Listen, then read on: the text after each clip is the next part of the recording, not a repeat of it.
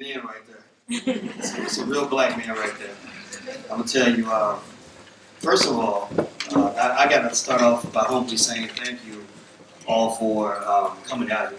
You know, it means so much to me that you took the time out of your schedule to come and hang out with a crazy radical Negro like myself.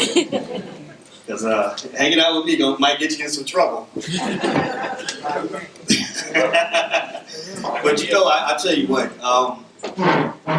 my belief is that when you get to that point where white supremacists are irritated by your existence and by your presence, that means you're doing some damage. That means you're doing your job. That means you have succeeded. And one of the things that I fundamentally believe to the core of my heart is that it's extremely important for us to understand the role that we have in all of this. You see, when you run a race, as my brother Mark was talking about Margaret Thatcher pushing individualism, same thing happened in the United States. Everything's individualism, rugged individualism, and we know that don't work. Mm-hmm. You know, like they say, if you want to go fast, go alone, but if you want to go far, go together. Yeah. Right? Well, a lot of us think that we're running this race individually. And not only are you less likely to win the race, but you can't run that far on your own because your life isn't that long. You're not here that long. If you were to look at the history of all mankind, we are just here for the blink of an eye, just for a second. And so when I thought about that, I said, okay, there's only so much I can do in this lifetime. There's only so many things I can accomplish on my own. What can I do that might give me the key to immortality? What can I do that might give me the chance to be connected and to be a part of this movement for the next 400 or 500 years? Because I'm going to tell you, when you go look at other communities, Arabs, Asians, whoever it is, they're making 100, 200, and 300-year plans for their communities. Where's our 200-year plan? So I thought about it. I said, well, how can I be a part of this? Because my life ain't going to last that long. So what I realized is that in this race, we're not running a solo race. This is not a one-person race. It's a relay race. And so when I realized that, I said, wait a minute, okay, I don't have to win the race myself. Because it's intimidating, right? Because I mean, the white man got about a 400-year head start. You know, he's done a whole lot of debaucherous things in order to get all this power. I don't know if I can catch him. I don't know if I can raise $10 billion to build up these giant, massive complexes that he owns all over the world. I don't know if I can do that. I don't think I can. It's very difficult. Maybe I can try, but it's going to be hard to do. But I said, you know, maybe instead of thinking that we have to save the entire world on our own individually, we just realize that because you're in a relay race and you're going to pass the baton on to the next person, your job is not to win the race by yourself. It's simply to run as fast as you can to put your teammates in a better position than they were when the race first started. Mm-hmm. Because most of your teammates in this race are not even born yet. See, we're not doing this for us. There's never going to be a day where we're going to wake up and just see the black community on top in every category. There'll never be a day where the sun will be shining on every part of the black community around the world and everything will be wonderful. It's not going to happen in your lifetime. But your goal, your job, is to simply make sure you run as fast as you can so you can pass the baton on to your children in a position that is better than the one you started off in. Because there are probably some great economic warriors in our family, in our community, who aren't being born yet, who are going to be born 50 years from now, 80 years from now, 100 years from now. And we got to give them a chance to win. You know, if you run on a relay race and you got Usain Bolt running the anchor leg, if you say, well, we're so far behind, I might as well not even run, well, it doesn't matter how fast he is. You're ruining his chance to ever win. So all you do is you run as fast as you can, you do what you can with what you got, you strive for something greater, you push a little harder, and you just keep going. When I realized that, it took the pressure off. It took the pressure off. Because there's so much pressure. It ain't easy being black. You know, I understand why there are people that are scared to be black. You know, I was in Guyana for the last 3 or 4 weeks, and I had to get away from Donald Trump and all this other chaos. And I ain't joking when I say that.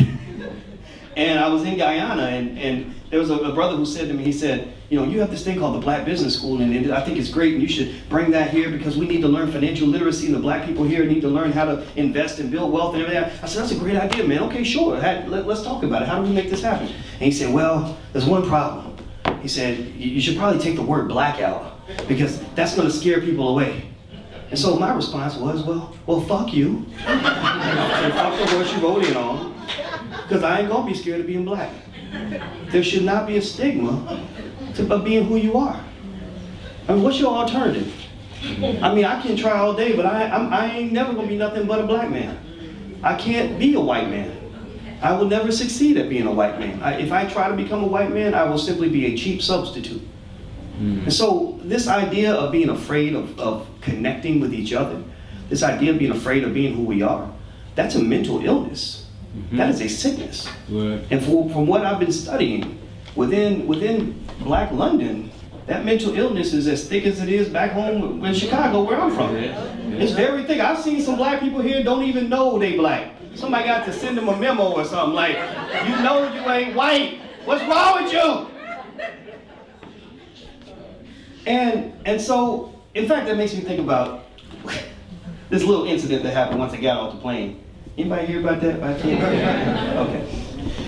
All right.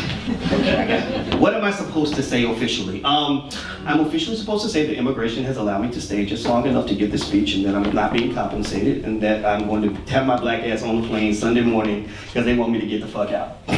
That's basically it. I got here, I landed. The lady started asking me a bunch of questions, and I thought that they were asking questions like just to make sure I wasn't a terrorist or a drug dealer or something like that. Now, my father's a police officer, and I respect good police officers. I do. I abide by the law. I wasn't raised to embarrass my family. So I answered all the questions, and she kept asking more and more questions, like, why are you here? What are you doing? And what's the name of the event? And I said the word black, and I said, oh God, should I have said the word black? And then that's when the white lady really started asking questions. Right? That's what she's really like. So what are you doing? What exactly is it? Tell me more. I need to know more. Like, you know, and I'm thinking, oh, why is she asking all these questions? Maybe she thinks I'm a drug dealer. You know, I was traveling with my companion, and she dresses like a hippie. She wears lots of different colors. So I said, oh, they probably think you got a pound of dope in your bag or something. So that's all right. Let's go sit down. So literally, they held us for 9 straight hours. 9 hours. Held us for 9 hours. Wasn't allowed to talk to anybody, wasn't allowed to get on my cell phone. I said something on Twitter, and I was threatened that, you know, because you said something on social media, there could be implications, and again, you know, my natural reaction to, you know, threats and things like that is fuck you. You're not going to intimidate me. You're just not. It's not going to happen. And so that was my experience. That was my introduction here. And so when I did my research. Now, mind you, here's what really led me, because I was thinking, well, maybe this is just something that happens. It was a technicality, it had to do with the immigration laws and things like that, and visas and stuff like that. But the problem to me was I did the research, and I found out that in that particular terminal in Heathrow, like maybe 30 or 40,000 people go through that terminal every day, through customs. But they only stop 6 of us. 6 out of 30, 40,000 people, you stop 6. And hold us for 9 straight hours. And so I couldn't help but feel it was political, especially when they're demanding that you get photographed and fingerprinted and everything else. And I said to my friend, I said, you know, I feel like I'm being who I am, I abide by the law. I've never broken the law, not in any way that's significant. You know, maybe jaywalking or something. I probably littered one time or something. But I said it's interesting that really black power, black intelligence really is criminalized. Louis Farrakhan, from the last I checked, Minister Farrakhan can't even step foot in the city of London. What is wrong with this man? I know this man. His house is around the corner from mine. Louis Farrakhan lives 2 blocks that way. Barack Obama lives 2 blocks that way. I have always wanted to go that way, and I go that way often. I've never wanted to go see Barack. Not that I hate him. I don't dislike him. I just don't know what exactly we would have to talk about. Because if I sit down and I really want to talk about what we can do for black people, Minister Farrakhan makes it very clear that black people come first. Right. Black people must come first. And so if you want to know,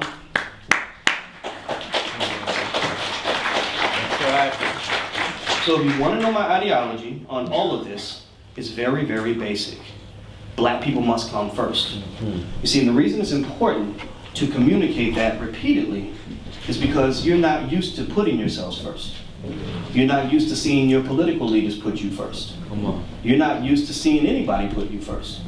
I know in the United States, you know, we've got a lot of black people, we vote for the same politicians, maybe Hillary Clinton or the Democratic Party or whatever, and they'll list all their agenda items, and they'll have 5 or 6 issues, so immigration and gay rights and blah, blah, blah, they'll go down the list, and then there might be one little bottom, tiny little microscopic line that barely mentions black people. And so my enthusiasm is limited. When the Democrats run for office and they say, well, we need you to come and vote for us, I say, well, why? When I bring up my issues, you don't care. When I talk about reparations, you don't want to have that conversation, even though we're owed reparations. It's not a complex argument. There's nothing complicated about the fact that black people were enslaved for hundreds of years and that we're owed reparations. So why aren't you going to talk about that? Well, the thing is that they are accustomed to exploiting your low self-esteem. They are accustomed to the fact that because many of us don't know who we are, we'll jump onto anybody's bandwagon that happens to be rolling down the street. Anything's better than being black. Any community is better than our community. Right. We think that everything about being black must be negative, must be bad, must be in last place, and damn it, I'm sick of that shit, because I think black people need to be in first place. You start off by being first place in your mind, and then you become first place to the world. You must practice loving yourself and honoring your children and realizing that you are among the most gifted and most extraordinary group of people on this earth. Right. Think about it. I mean, seriously, I'm not making it up. True,